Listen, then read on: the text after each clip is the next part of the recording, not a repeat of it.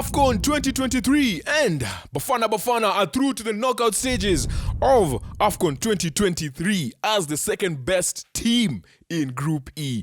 They finished the group on 4 points with a +2 goal difference, which means they qualify automatically to the round of 16, and they in turn knock out Tunisia, the team that was, I think it was the highest ranked team in this group. They are knocked out. Let me just start with Tunisia. This old way of playing football is now dead officially. Like, you guys need to stop.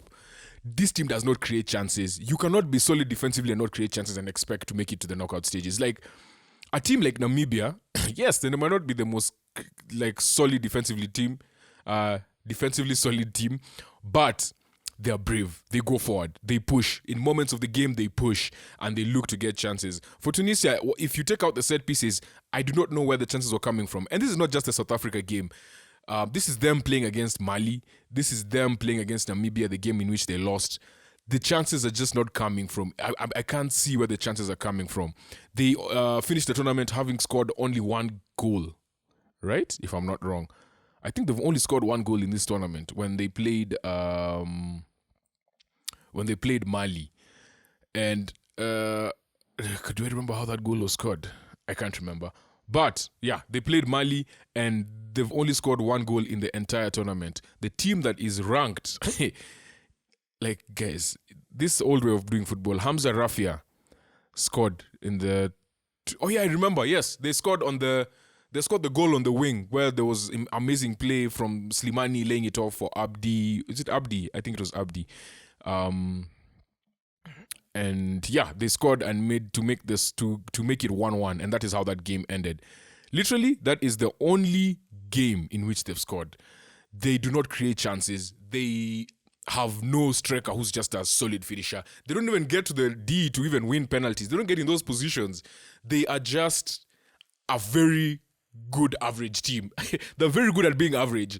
Like, I was actually shocked because for me, Tunisia, we had predicted that this is one of the teams that's going to come out of Group E. For them to finish last, even behind Namibia, is a big shock, big shock.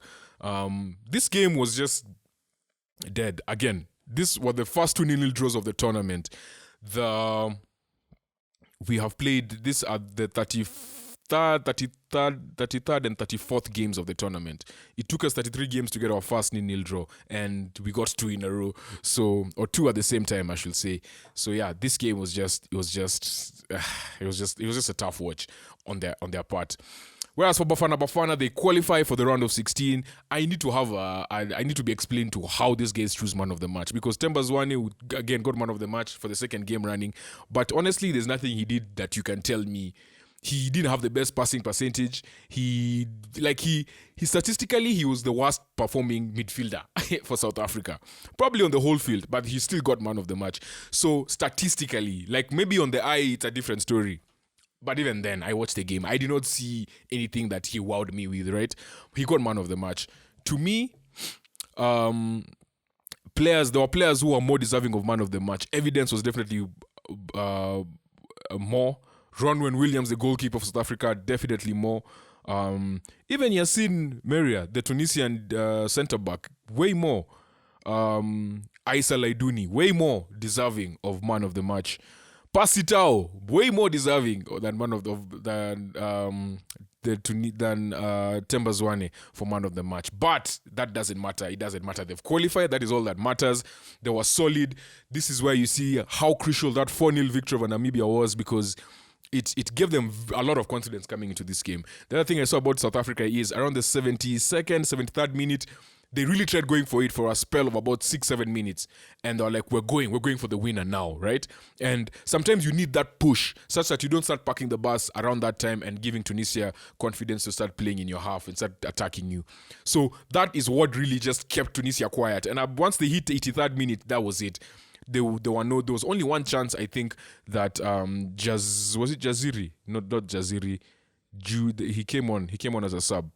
Juini came on and had a header in the D that went over. But South Africa, this is the confidence that we keep talking about. Like, winning gives you confidence, and had they come into this game after losing 2-0 to Mali, it's a different story, because in their head they're playing a team that's ranked higher than them and they have to go and get a result. But coming into this after having beaten Namibia 4-0, it gave them lots of confidence, and I just believe that result was quite crucial.